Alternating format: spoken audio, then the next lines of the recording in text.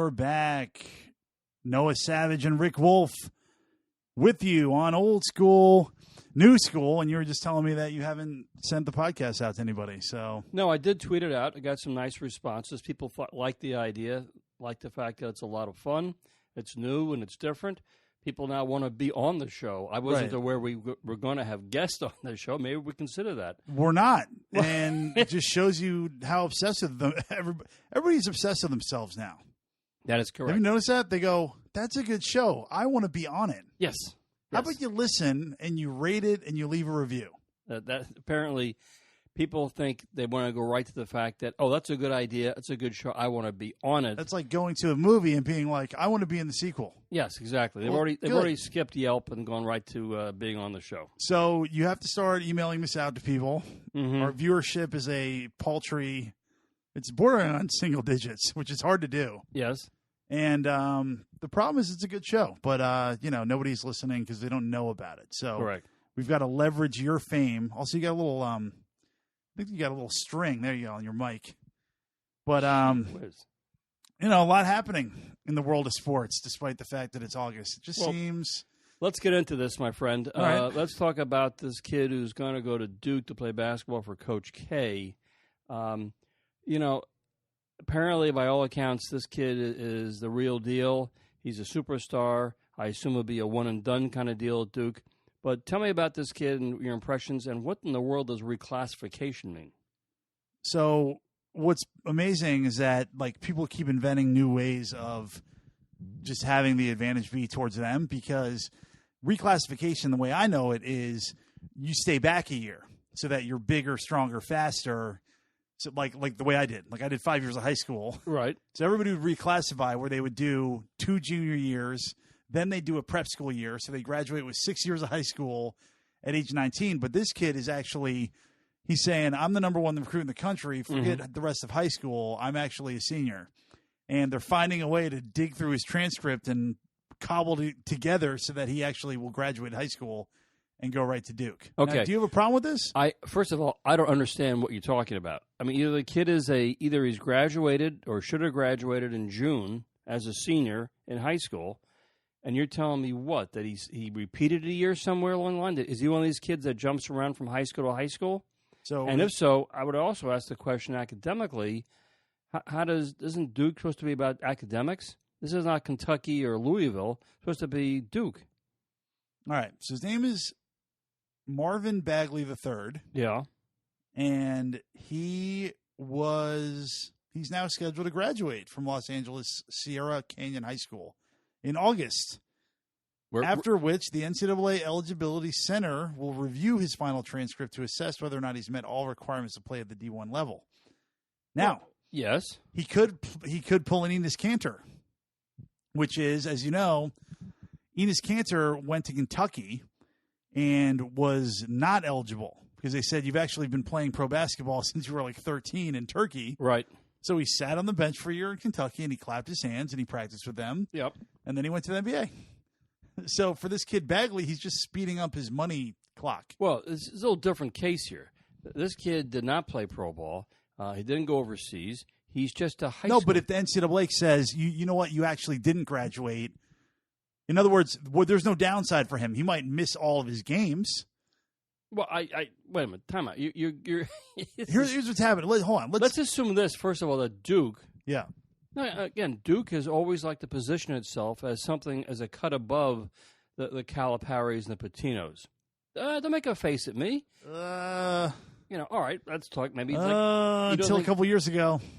You don't think Duke is right up there with Princeton? Well, Duke had nobody leave early of note for a long time until Elton Brand, right? Your boy, yes. Elton Brand, who you know personally, as I know Coach K personally, and Duke does have certain standards of admission, and the fact of the matter is they must assume that this kid is going to be ruled eligible to start, right after Labor Day in Durham, because otherwise they wouldn't make a big deal about this. Now, to your point, if the kid is ruled ineligible, he's going to say, why am I wasting my time playing an extra year at Duke when I'm just a student there, just sitting on the bench, going to practice? He'll just go pro. Right, so I think it's an ingenious move by him. Although he's got to wait a year, right? He's got to be 19. The point is that he's good enough to play in the NBA 1 year from now. By the old rules, he might have been drafted right now to the NBA. I understand that. So he's saying, wait a second, how do I get my money sooner? I know what I'll do. I'm magically a senior now. I'm not a junior anymore. I just wish and he doesn't care about playing his high school season, which is a shame. He doesn't care about playing his college games, really.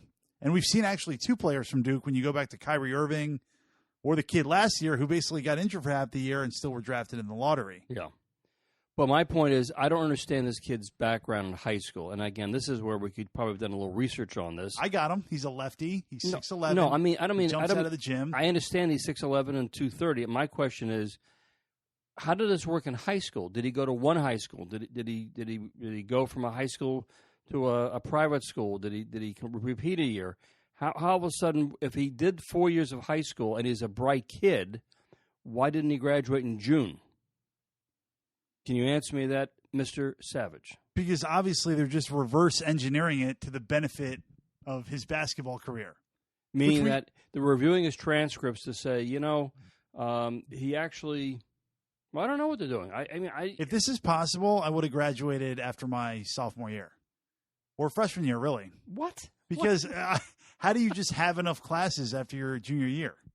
That's what I'm saying. So is this kid a junior in high school? The other thing he's doing is he's taking Danny Ferry's retired number. Whoa, don't go there yet. So this is just like he's the poster child for like millennial cluelessness. Well, is this? So you're telling me, in effect, this is tomorrow's headlines that this kid Bagley is the real deal. Duke University under legendary coach Mike Krzyzewski is going to let this kid come in as a freshman in a couple of weeks and basically be the star of the Duke team. But we don't know anything about this kid academically. We don't know if he has any grades, if he did 3 or 4 years of high school or did the bare minimum in high school. He took, 3 years, 4 years of English and 3 years of math, and now he's eligible to go to Duke. Is he off the charts brilliant like you are, where you had great grades last couple of years and he had super SATs? What is this kid's story? How does Duke turn into like a junior college or into like a Kentucky or Louisville? And I'm sorry to pick on Kentucky and Louisville, but that's how I see them. Right, These are academic schools. This is from CBS. Sources told CBS Sports it's not about playing college basketball this season as much as it is about becoming eligible for the 2018 NBA draft. Yeah, we get it. To be clear, he wants to play college basketball. It's his goal, but as long as Bagley graduates early, he'll be eligible for the 2018 draft, regardless of the NCAA clears his freshman. So this is almost like he's going there just to have a place to practice. Listen, I knew this is similar to the European thing where you go and get a passport so that they can have fewer Americans on the team. Like I knew more Bulgarian and Russian guys from Newark than I can tell you about. That really went back up the family tree. But again, it's like another example of, well, whatever's best for the individual player, we're just going to kind of figure out a way to make it work. It makes no sense. This is a case, again, where I agree with you. This seems so poorly thought out, except, I guess, from Duke's perspective, they're saying, okay, one or two things can happen. Either the NCAA will say, yes, you are eligible to play at Duke. The kid comes in, plays for a year under Coach K, leads him to the Final Four, and he's a superstar, and everybody goes home happy. Then he gets drafted, first-round pick, whatever, great. Or the downside is the NCAA says, no, you're not eligible to play in college. We can't speak for Duke's admission standards here, but you have not theoretically or officially graduated from high school. So you can go Duke as a student. We have no say over Duke as an admissions policy, but you cannot play there. And basically, he goes there as a kid and sits on the bench, does not dress out for the games, but practices with the Duke team. And then when he turns 19, he can go get drafted. I guess that Duke was afraid they were going to lose him to another program now, because I'm surprised that Duke isn't saying, wait a second, we can't risk you not playing here. Let's wait a year. Just take your time, relax. But I think he was saying, I'm doing this regardless. You can take a risk on me or you cannot. That's the more we talk through this, Noah, that sounds more like what's in play here. And it's kind of sad that Coach K, if that's in fact what's going on here, that Coach K and the Duke coaching staff is buying into this, saying, well, if we don't let this kid come here, then he will go to a more competitive program that doesn't have any academic standards, and therefore he'll end up, we'll lose him. So But let's take a chance on him. You know what I'll give Coach K credit for is that he is a man of principle, it seems like, but he's not a guy who won't change with the times. And a couple years ago, he realized to compete at the highest level, we have to take one and dones. And he did that. And he's a guy who seems like he just evolves with the game, and the time doesn't seem to be passing him by. No, you're right. When he was confronted with the harsh reality that he couldn't get his top players to play at Duke for 4 years, and quite frankly, he told me, he said, I can't make Elton Brand turn down a huge multi-million-dollar bonus because he comes from an impoverished family in upstate New York and just a single mom. I can't put that on me if he ruins his knee or his senior year. So he said, okay, that's how it's going to go. Elton, signed early.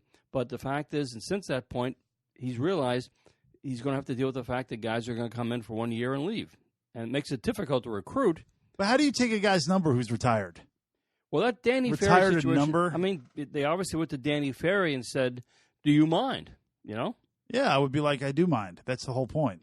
If Danny had said he minded, I think they would have said, okay, well, let's go on to Grant Hill and ask him. But it shouldn't be even a choice. That's the whole point. The number's gone. Get a new number.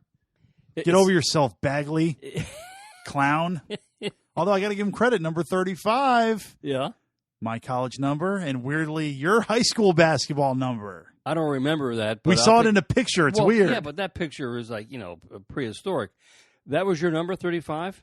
The Trey 5, baby. That's what I used to call myself. Never caught on. And is it hanging in the rafters at Jadwin Gymnasium? No, it's crumpled in my laundry. And far from it. All right, so let's move on. What is topic number 2? We obviously really sort of butchered that one, but... Well, that's what we're trying to do here. We have to be less structured, more loose. I don't think so. I think you're better coming in hot off of work. I think you're all wound up from the train. It's great energy. No, I think being structured is a good thing. That's old school. Structure is good. If we could afford a producer to yell at us, that would be great. Okay. This is only episode 7. I know we're getting there. When we get to 100, then we can quit. All right. So this is an interesting article that I saw by Eddie Matz, ESPN senior writer. Oh, this is the nonsense about ball players shaking hands. No, well, it's funny because they're doing a special game where major leaguers are going to play where the Little League World Series is. Right, in front of 2,500 people. So I love this. This is classic, and also your other daughter, Sam, is actually going to go out there and go to the game, I think. tried to dissuade her this afternoon, but she insists she wants to go out there because she has lots of friends from her days at ESPN. So this is an interesting, it is hypocritical situation because it's nonsense. How is it nonsense? Because we didn't even set the table yet. Here's what's happening. Fine, set the table. The major leaguers are going to play around the Little League World Series. So then this guy goes, wait a second, isn't it strange how the Little Leaguers shake hands after the game, but major leaguers don't shake hands after the game? And then he went on to reveal that a manager in the major leagues, what's his name? Mike Matheny. Actually suggested this a couple of years ago. How'd that go down? When Matheny spoke to his counterparts at other ball clubs, he called them. Yep. And he said, hey, we should probably shake hands after the game. How do the opposing managers react to that, Mr. Savage? They basically were like, I think that must have gone to my spam email. They ignored. Except there was phone calls. Oh, they said, who this? New phone. Exactly. You got a wrong number. But, here's my point. They do it in college basketball, 100%. Rarely there's fights, but sometimes there are. They do it in hockey after you punch a guy in the face. They do it in the NBA. The two superstars usually make out a little bit if it's LeBron James. They straight up are hugging, kissing. Yeah, the NBA's got different issues. Okay. So explain to me, baseball guy, why they can't line up and give the obligatory slap. Okay, a couple of things which I'll try to explain to you, and I'll talk slowly so you can understand the big words here. First of all, Major League Baseball has been going on since 1876. Okay. Has a longer history than Little League Baseball, which started in the late 1940s. And you should know that this is good. The original the guy who started Little League Baseball, Carl Stotts in Williamsport, he got so upset when Uniroyal came in and began to underwrite Little League Baseball and made it into a big business. Carl Stotts, the founder, sued Little League Baseball to say, "Don't do this. You're getting away from the whole idea of having fun, and now you're making it very corporate."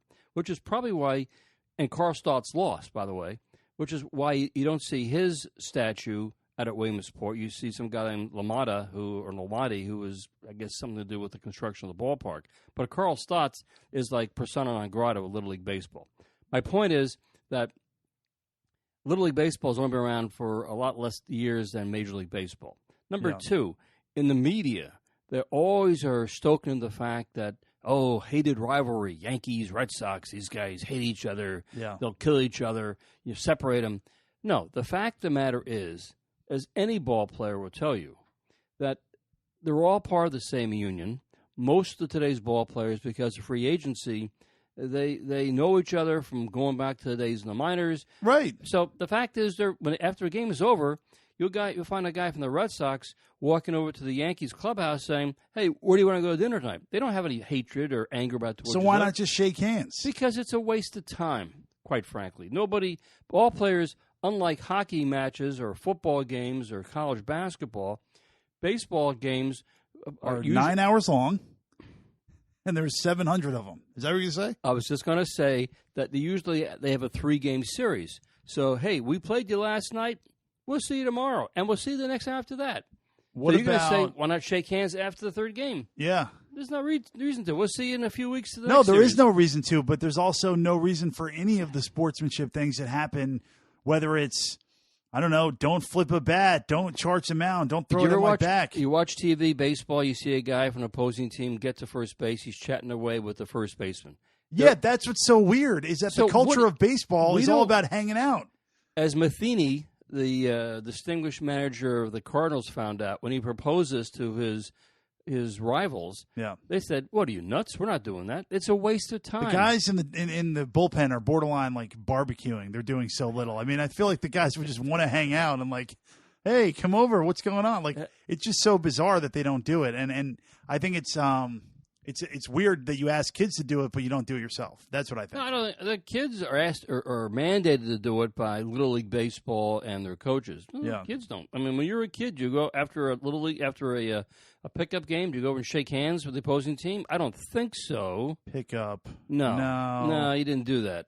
So the fact is, this is something that's put upon the kids by the parents, and it's artificial, and it's really kind of like meaningless. When I was in college, we're going through the lines, and one of the assistant coaches from the other team told our assistant coach after the game, he said, "Recruit," meaning like get out and get some new players. So that was said in the line, and nearly started a brawl. And then a few years ago, I did a show about a high school girls soccer game out of I think it was out of Rockland County, where the two high school teams, after a close match, the girls lined up to shake each other's hand. You know, good game, good game, good game, good game. Mm-hmm. And one of the girls on one team was kind of perturbed, and she sucker punched an opposing player and broke her jaw and ruined her season and ended up in court. So that's the risk you take when you have people shake hands after a game.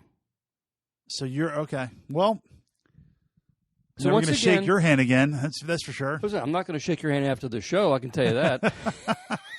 All right, let's take a break to hear from one of our sponsors. And we're back. No sponsors yet, so that was a quick break. Noah Savage, Rick Wolf. And this is old school, new school. All right, Noah, I'm going to tell you this story, and you're not going to believe it, but I'm going to tell it to you anyhow. Okay. True story. This took place about a week ago.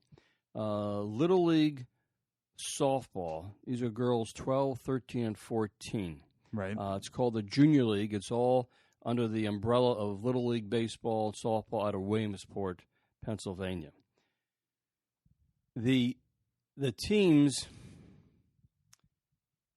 what happened was that a team from, let's say, the state of Virginia and a team from Washington met in a semifinal national game. The winner goes to play in the national championship on ESPN.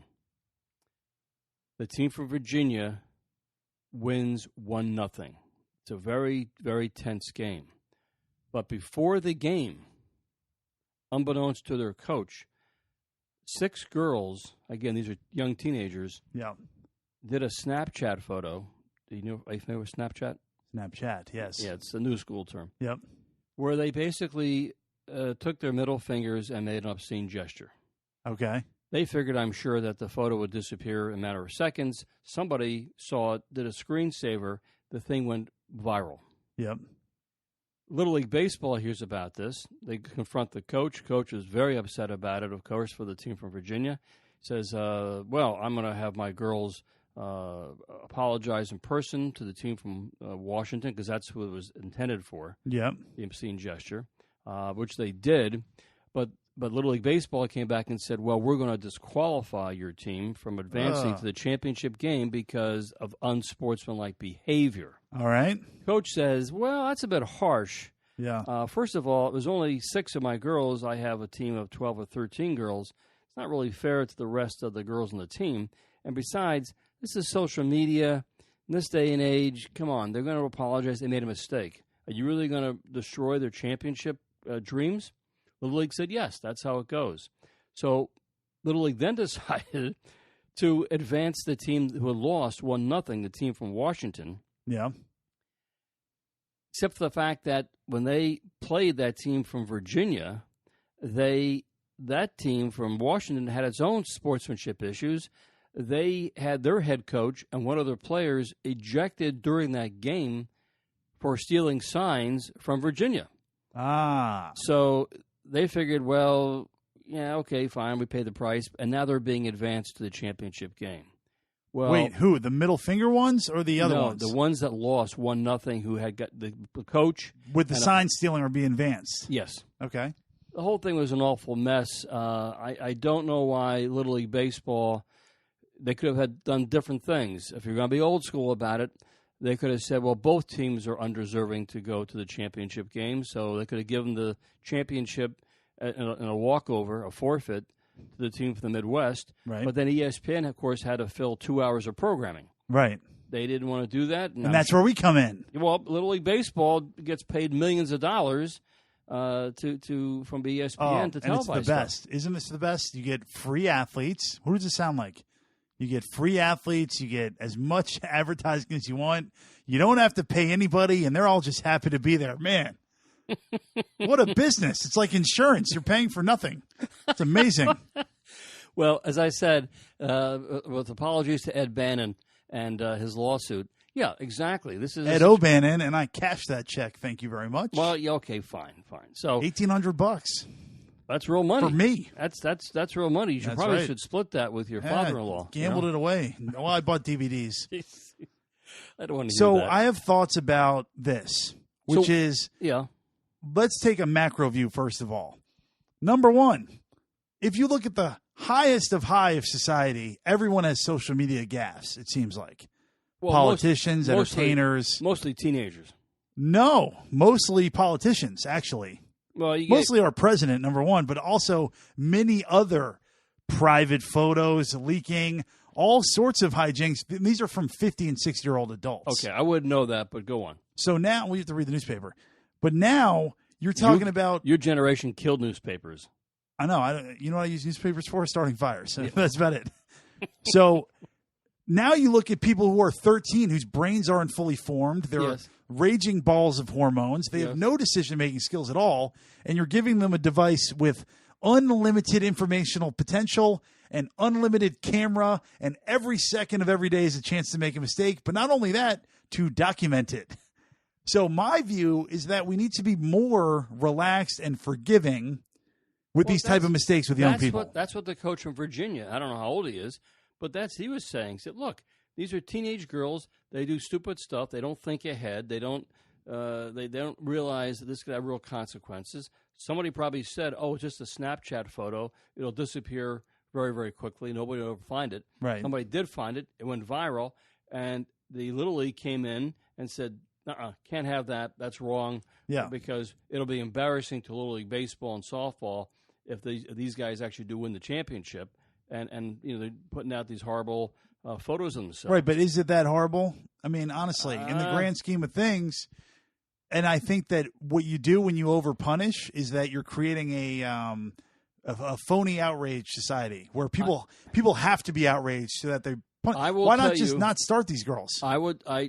To me, and I felt that a more reasonable punishment here was exactly that. And it's hard to believe we both agree on this, but they should have said to the team from Virginia with the obscene gesture, okay, those 6 girls, you are not going to play, or you're going to play, you're not going to start, you're going to play only a minimal amount of the game in the championship game. So the other girls who have been victims, remember, half the team was not involved. Yeah. And they get their dreams crushed because of some idiot teammates. Right. So those girls, the other 7 girls, they start, and you got to play, obviously, 9. So the other, you used girls from the 6 who have been banished to play a minimal amount of the game. End of story. Yeah, I think that's fair. And, I remember here's the difference, okay? I was on a trip as an 11-year-old to the Nationals. This is so insane. Way too young, right? In Florida, we have cabin fever. We're in the hotel. We start running around, throwing ice at each other, having a wonderful time. 11-year-olds. Many of these 11-year-olds went on to be very high-level D1 players, by the way. Yeah. So, of course, people are complaining. There's 11-year-olds running all over the place, running amok. And we get in trouble, and then that was it. We got in trouble. I think we had to run. We got yelled at. Yeah. But that's the difference between when you hand a child a magical device filled with all sorts of horrible things. What do you expect?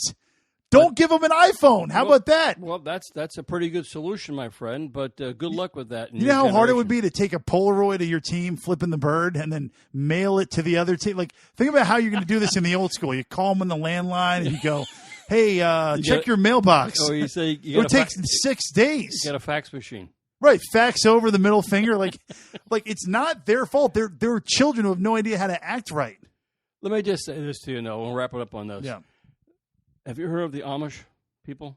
Yeah. Well, they have some pretty good ideas. Yeah, I agree. They don't have these problems with social media. Well, I'll tell you what, we have about as many listeners as the Amish do on their podcast. But nevertheless, we will press on, growing our audience and debating different topics every week here on Old School, New School.